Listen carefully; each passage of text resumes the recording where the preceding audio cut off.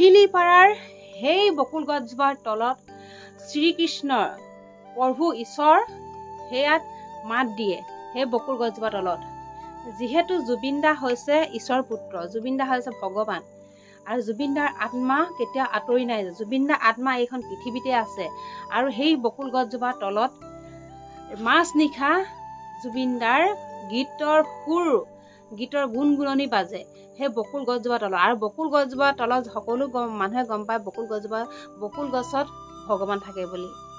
আৰু সেইকাৰণে জুবিন দা এটা টাইমত সেই বকুল গছজোপা ৰুইছিলে, আৰু এতিয়া সেই বকুল গছজোপাৰ আঁৰত জুবিন দা থাকে।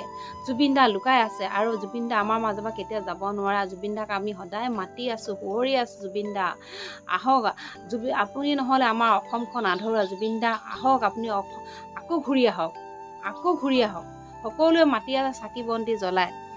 আৰু সেই বকুল গছজোপাৰ তলত মানে এতিয়া অলৌকিক এটা ঘটনা হৈ আছে। মানে সেই বকুল গছজোপাত সেই যোনজোপা জুবিন দা সজাই পৰাই ৰাখিছিলে, সেই তাত একদম ঈশ্বৰ পুত্ৰ জুবিন দা তাত ওলাই থাকে।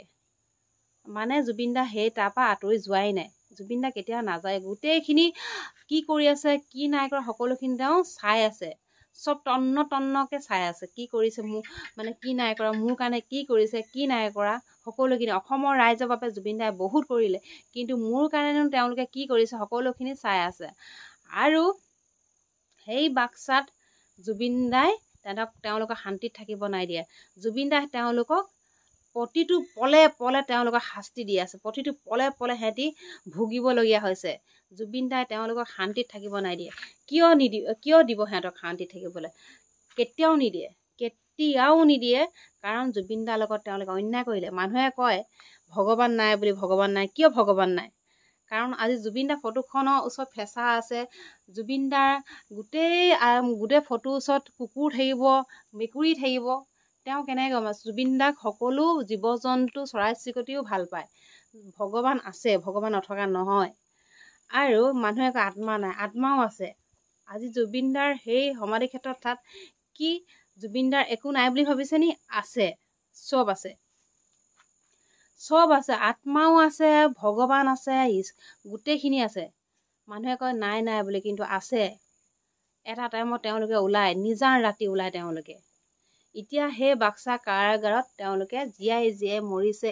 এই দানৱ কেইটা, এই নৰপিশাচ কেইটা জীয়াই মৰিছে।